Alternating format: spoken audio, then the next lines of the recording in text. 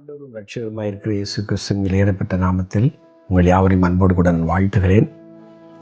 நாளை ஓய்வு நாள் நம்ம எல்லாருக்கும் ஞாபகம் இருக்கும்.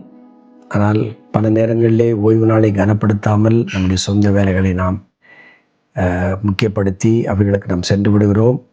அந்த தேவனுடைய நாமத்தை மகிமைப்படுத்த கர்த்தர் நமக்கு கொடுத்த பிரதான கட்டளை ஓய்வு நாளை ஆசரிக்கவும் அவருடைய சமூகத்தில் அவருடைய பிரசன்னத்தில் இருக்கவும் நம்மை அழைத்திருக்கிறார். அதை மறந்து விடாதீர்கள். கர்த்தருடைய ஆலயத்துக்கு போகும் பாருங்கள் என்று சொன்ன பொழுது நான் மகிழ்ச்சியாக இருந்தேன் என்ற தாவீதினுடைய அந்த வார்த்தை நம் நினைவு கூர்ந்து எபிரேயர் 10:25 சொல்லப்பட்டபடி கர்த்தருடைய சபையை புறக்கணிக்காதபடிக்கு, சபை கூடுவதில்லை சிலர் விட்டு விடுகிறது போல நாம் விட்டு விடாதபடிக்கு சரியான நேரத்திற்கு வந்து கர்த்தருடைய நாமத்தை மையப்படுத்தலாம். ஆராதனை வேளை தேவனுடைய வசனம் நம்முடைய வாழ்க்கைக்கு நிச்சயமாக உதவியாக இருக்கும். நாளை நான் உங்களோடு கூட கர்த்தருடைய வார்த்தையிலிருந்து ரோமருக்கு எழுதின நிருபம் 4ஆம் அதிகாரத்தினுடைய 2வது பகுதியும் 5வது அதிகாரத்தினுடைய முதல் பகுதியிலிருந்தும் உங்களோடு கூட நான் பேசப் போகிறேன். ஏற்கனவே தொடர்ச்சியாக நாம் ரோமர் நிருபத்தை படித்து கொண்டிருக்கிறோம்.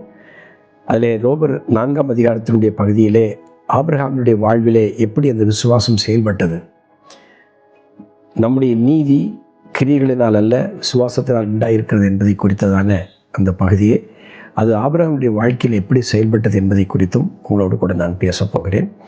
ஆகவே இந்த கூட்டங்களை தவறாமல் கலந்து கொண்டு கர்த்தருடைய வார்த்தையை கேட்டு நீங்கள் ஆசீர்வாதம் பெறுங்கள். உங்களுடைய விசுவாசம் வர்த்திக்க வேண்டும். இந்த நாட்களிலே விசுவாசம் குறைகிற ஒரு சூழல், விசுவாசம் குன்றி போகிறதான ஒரு நிலைமை, இவைகளை தாண்டி நம் விசுவாசத்திலே வளர வேண்டுமானால் தேவன் கொடுத்த வாக்குத்தத்தத்தை நாம் நம்முடைய வாழ்விலே சுதந்திரிக்க வேண்டும். அவைகளை நாம் பெற்றுக்கொள்ள வேண்டும். அவைகளின் மூலமாக நம் விசுவாசத்திலே பலப்பட்டவர்களாய் நம்முடைய ஜீவியத்திலே கிறிஸ்துவை மற்றவர்களுக்கு பிரதிபலிக்க வேண்டும். நம்முடைய வாழ்வு சாட்சியாக மாறட்டும், மற்றவர்களுக்கு அது ஆசீர்வாதமாக மாறட்டும். வாருங்கள் நாம் கர்த்தரை ஆராதிப்போம். God bless you. Praise the Lord.